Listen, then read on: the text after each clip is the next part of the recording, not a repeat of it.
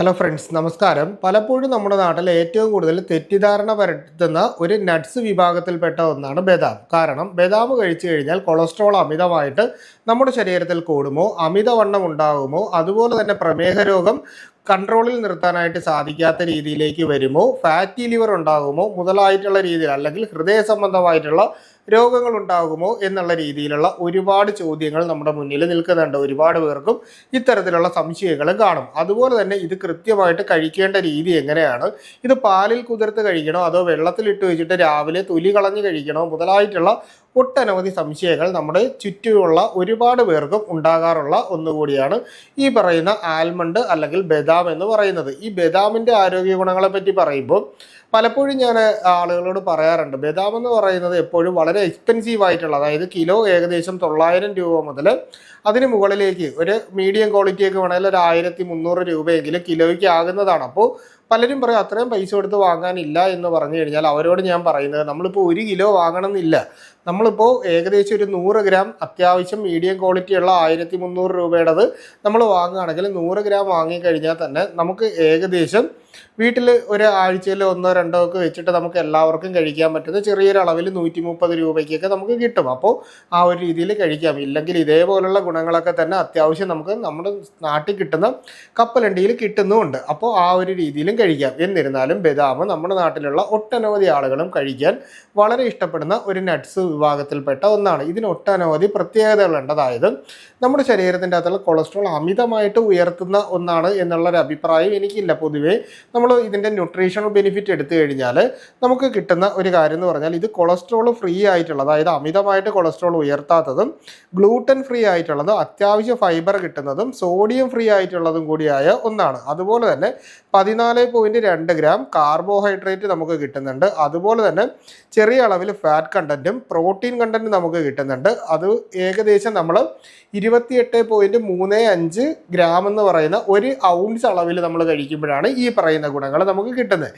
ഇനി ഇതിൻ്റെ അകത്തുള്ള വൈറ്റമിൻസിൻ്റെയും മിനറൽസിൻ്റെയും സാന്നിധ്യം നമ്മളൊന്ന് പരിശോധിച്ച് നോക്കിയാൽ നമുക്ക് വൈറ്റമിൻ ഇ കിട്ടുന്നുണ്ട്, വൈറ്റമിൻ എ കിട്ടുന്നുണ്ട്, വൈറ്റമിൻ ബി കോംപ്ലക്സിലുള്ള B1, B2, B6, B5 മുതലായിട്ടുള്ള ഒട്ടനവധി നമുക്ക് ഈ പറയുന്ന ബി കോംപ്ലക്സിലുള്ള വൈറ്റമിൻസ് നമുക്ക് കിട്ടുന്നുണ്ട്. ഒപ്പം തന്നെ നമ്മുടെ ശരീരത്തിന് വേണ്ട വൈറ്റമിൻ സിയും ഇതിൽ നിന്ന് നമുക്ക് കിട്ടുന്നുണ്ട്. ഇനി നമ്മൾ ഇതിൽ നിന്ന് കിട്ടുന്ന മിനറൽ കണ്ടന്റുകളിലേക്ക് വന്നു കഴിഞ്ഞാൽ നമുക്ക് copper, iron, magnesium, manganese, calcium, phosphorus മുതലായിട്ടുള്ള ഒട്ടനവധി നമുക്ക് മിനറൽ കണ്ടന്റ് നമുക്ക് കിട്ടുന്നുണ്ട്. നല്ല രീതിയിലുള്ള ഒരു ആൻറ്റി ഓക്സിഡൻറ്റ് കൂടിയായിട്ട് നമുക്കിത് ഉപയോഗിക്കാനായിട്ട് പറ്റും. നമ്മുടെ ശരീരത്തിൽ ഉണ്ടാകുന്ന ഓക്സിഡേറ്റീവ് ഡാമേജിനെ നല്ല രീതിയിൽ കുറച്ച് നിർത്തിയിട്ട് നമ്മുടെ ശരീരത്തിലുള്ള സ്കിന്നിൻ്റെ നിറം വർദ്ധിക്കുന്നതിന്, അതുപോലെ തന്നെ നമുക്ക് സ്കിന്നിലുണ്ടാകുന്ന ചുളിവുകൾ നന്നായിട്ട് കുറച്ച് നിർത്തുന്നതിനും കറുത്ത പാടുകളൊക്കെ മാറുന്നതിനും, അതുപോലെ തന്നെ നമ്മുടെ മുടി വളർച്ചയ്ക്കും നമ്മുടെ ശരീരത്തിൻ്റെ അകത്തുണ്ടാകുന്ന ജരാനരകൾ കുറച്ച് നിർത്തുന്നതിനും ഒക്കെ നമ്മൾ ഈ പറയുന്ന ബദാം പതിവായിട്ട് കഴിക്കുന്നത് കൊണ്ട് നമ്മുടെ ശരീരത്തിൻ്റെ അകത്ത് ഈ പറയുന്ന ഗുണങ്ങളൊക്കെ കിട്ടുന്നുമുണ്ട്. ഇനി ഈ പറയുന്ന കാര്യങ്ങളല്ലാതെ തന്നെ ബദാമിന് ഒട്ടനവധി ഗുണങ്ങളുണ്ട്. അതിലുള്ള പ്രധാനപ്പെട്ടതെന്ന് പറഞ്ഞാൽ കൊളസ്ട്രോൾ അമിതമായിട്ട് ഉയർത്താത്തത് കൊണ്ട് തന്നെ നമ്മുടെ HDL കൊളസ്ട്രോളിനെ നല്ല രീതിയിൽ വർദ്ധിപ്പിക്കാനും ട്രൈഗ്ലിസറൈഡ് ശരീരത്തിൽ അടിയുന്നതിനെ കുറച്ച് നിർത്താനും LDL കൊളസ്ട്രോൾ അല്ലെങ്കിൽ ചീത്ത കൊളസ്ട്രോൾ അമിതമായിട്ട് ശരീരത്തിൽ ഉണ്ടാകുന്നതിനെ തടഞ്ഞു നിർത്താനും ഇത് സഹായിക്കുന്നുണ്ട്. ഇതിൽ ഫൈബർ കണ്ടന്റ് ഉള്ളത് കൊണ്ട് തന്നെ നമുക്ക് മലാശയ സംബന്ധമായിട്ടുള്ള പ്രശ്നങ്ങൾക്കും, അതുപോലെ തന്നെ നമ്മുടെ ദഹന വ്യവസ്ഥ കുറച്ചുകൂടി, അതായത് നമ്മുടെ GIT കുറച്ചുകൂടി ഹെൽത്തി ആയിട്ട് നിൽക്കുന്നതിനും, അതിനോടൊപ്പം തന്നെ അസിഡിറ്റി, പുളിച്ചു തകട്ടൽ മുതലായിട്ടുള്ള പ്രശ്നങ്ങളൊക്കെ കുറച്ച് നിർത്താനും ഒക്കെ ഇത് നല്ല രീതിയിൽ സഹായിക്കുന്നുണ്ട്. കൊളസ്ട്രോൾ കൂടിയിട്ടുള്ള ആളുകൾക്കും നമുക്ക് ഈ പറയുന്ന ആൽമണ്ട് കഴിക്കാനായിട്ട് സാധിക്കും, പക്ഷേ ചെറിയ അളവിലായിരിക്കണം എന്നുള്ളത് മാത്രമാണ് ശ്രദ്ധിക്കാനുള്ളത്. പ്രമേഹ രോഗികൾക്ക് ഈ പറയുന്ന ബദാം ചെറിയ അളവിൽ കഴിക്കുന്നത് കൊണ്ട് അവരുടെ ശരീരത്തിൽ മറ്റ് പ്രശ്നങ്ങളൊന്നും ഉണ്ടാകാറില്ല. കൊളസ്ട്രോൾ വളരെ കുറവായതുകൊണ്ട് തന്നെ ഇത് നമുക്ക് അമിതവണ്ണം ഉള്ളവർക്കും വിശ്വസിച്ച് കഴിക്കാനായിട്ട് പറ്റും. അതുപോലെ തന്നെ ഫൈബർ കണ്ടന്റ്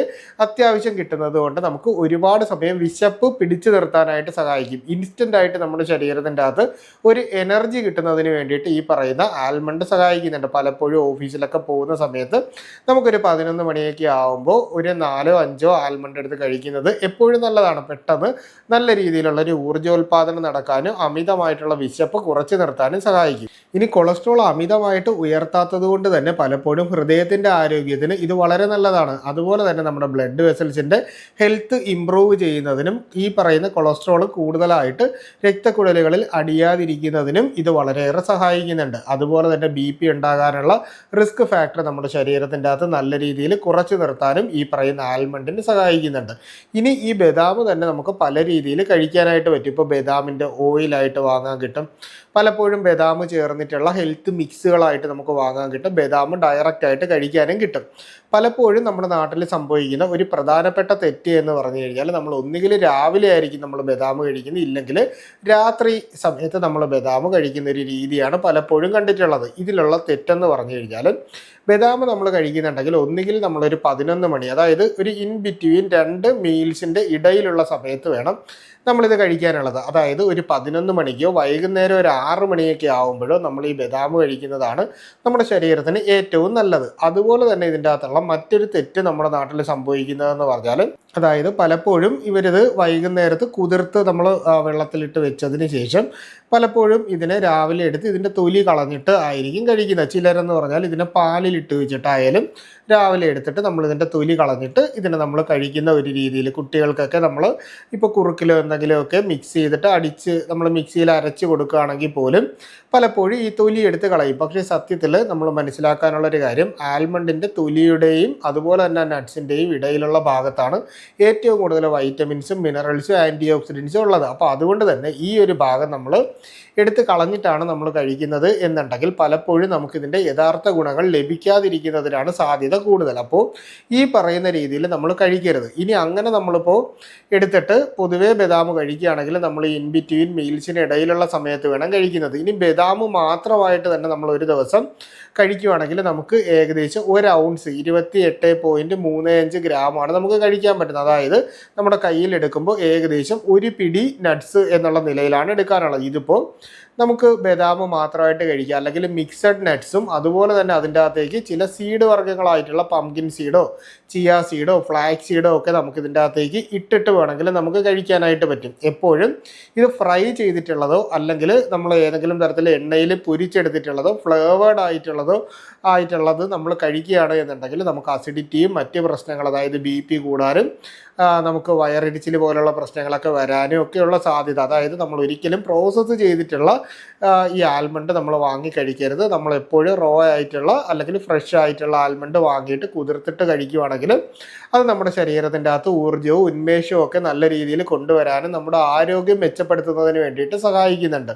ഇനി ഇതൊരിക്കലും നമ്മൾ അമിതമായിട്ടുള്ള അളവിൽ കഴിക്കരുത്. അതായത് നമ്മളിപ്പോൾ രാത്രിയിൽ ആഹാരം നല്ല രീതിയിൽ കഴിച്ചതിന് ശേഷം പിന്നീട് ഒരു 10-15 മിനിറ്റ് കഴിഞ്ഞിട്ട് കുറച്ച് നട്ട്സ് കഴിക്കുന്ന ഒരു ശീലം ഉണ്ടെങ്കിൽ അത് തികച്ചും തെറ്റായിട്ടുള്ളൊരു കാര്യമാണ്. കാരണം അത്യാവശ്യം കാർബോഹൈഡ്രേറ്റ് നമ്മൾ കഴിച്ച ആഹാരത്തിലൂടെ തന്നെ നമ്മുടെ ശരീരത്തിൻ്റെ അകത്ത് കിട്ടിയതിന് ശേഷം വീണ്ടും നമ്മൾ കുറച്ച് നട്ട്സ് കൂടി കഴിക്കുകയാണ് എന്നുണ്ടെങ്കിൽ രാത്രിയിൽ പലപ്പോഴും നമുക്ക് ദഹന സംബന്ധമായിട്ടുള്ള, അതായത് ദഹനക്കേട് ഉണ്ടാകാനും നമുക്ക് വിശപ്പ് കുറയാനും ഗ്യാസിൻ്റെ പ്രശ്നം ഉണ്ടാവാനും ഒക്കെയുള്ള സാധ്യത വളരെ കൂടുതലാണ്. കാരണം അമിതമായിട്ട് കാർബോഹൈഡ്രേറ്റും ഒപ്പം തന്നെ നമുക്ക് ഫൈബർ കണ്ടൻറ്റ് അമിതമായിട്ട് ഒരു ആഹാരവും വീണ്ടും ഈ പറയുന്ന രീതിയിൽ ആൽമണ്ട് കൂടി കഴിക്കുമ്പോൾ നമുക്ക് വീണ്ടും കൂടുതലായിട്ടാണ് നമ്മുടെ ശരീരത്തിൻ്റെ അകത്തേക്ക് എത്തുന്നത്. അപ്പോൾ അതുകൊണ്ട് തന്നെ നമ്മൾ ഒരിക്കലും ആ ഒരു രീതിയിൽ നമ്മൾ കഴിക്കേണ്ട ഒരാവശ്യമില്ല. നിങ്ങൾക്ക് വൈകുന്നേരം കഴിക്കുന്നതാണ് ഇഷ്ടമെങ്കിൽ ഒരു നേരത്തെ ആഹാരം എന്നുള്ള നിലയിൽ നമ്മൾ ഒരു പിടി നട്ട്സായിട്ട് കഴിക്കുന്നതാണ് എപ്പോഴും നല്ലത്. പലപ്പോഴും നമ്മുടെ നാട്ടിൽ ലോ ക്വാളിറ്റിയിലുള്ള ഇത്തരത്തിലുള്ള ആൽമണ്ടുകൾ വിൽക്കുന്ന ഒരുപാട് സ്ഥലങ്ങൾ കാണാറുണ്ട്. അപ്പോൾ വിശ്വാസയോഗ്യമായിട്ടുള്ള സ്ഥലത്ത് നിന്ന് അത്യാവശ്യം കൊള്ളാവുന്ന ക്വാളിറ്റിയിൽ, അതായത് ഒരു മീഡിയം ക്വാളിറ്റിയെങ്കിലും കൊള്ളാവുന്ന രീതിയിലുള്ളത് മാത്രമേ നമ്മൾ വാങ്ങിയിട്ട് കഴിക്കാവൂ. എപ്പോഴും ഇതിനെ ഒരു സീഡ് മിക്സ് ആയിട്ടോ അല്ലെങ്കിൽ നമ്മൾ ഇതിനെ ഒരു നട്ട്സിൻ്റെ ഒരു മിക്സ് ആയിട്ടോ നമ്മൾ കഴിക്കുന്നതായിരിക്കും നമ്മുടെ ശരീരത്തിന് ഏറ്റവും നല്ലത്. അതും 2 ആഹാരങ്ങൾക്ക് ഇടയിലുള്ള സമയത്ത് കഴിക്കുന്നതാണ് ഏറ്റവും നല്ലത് എന്നുകൂടി പറയുകയാണ്. അപ്പോൾ ഈ ഒരു വിഷയവുമായിട്ട് ബന്ധപ്പെട്ട് നിങ്ങൾക്ക് എന്തെങ്കിലും സംശയങ്ങളുണ്ടെങ്കിൽ അത് തീർച്ചയായിട്ടും കമൻ്റായിട്ടോ നമ്മുടെ വാട്സാപ്പിൻ്റെ നമ്പറിലോ ചോദിക്കുക. കൃത്യമായിട്ടുള്ള റിപ്ലൈ നിങ്ങൾക്ക് കിട്ടുന്നതായിരിക്കും. അപ്പോൾ ഇത്തരത്തിലുള്ള പുതിയ അറിവുകളായിട്ട് നമുക്ക് വീണ്ടും മറ്റൊരു എപ്പിസോഡിൽ കണ്ടുമുട്ടാം. അതുവരെ എല്ലാവർക്കും ഗുഡ് ബൈ.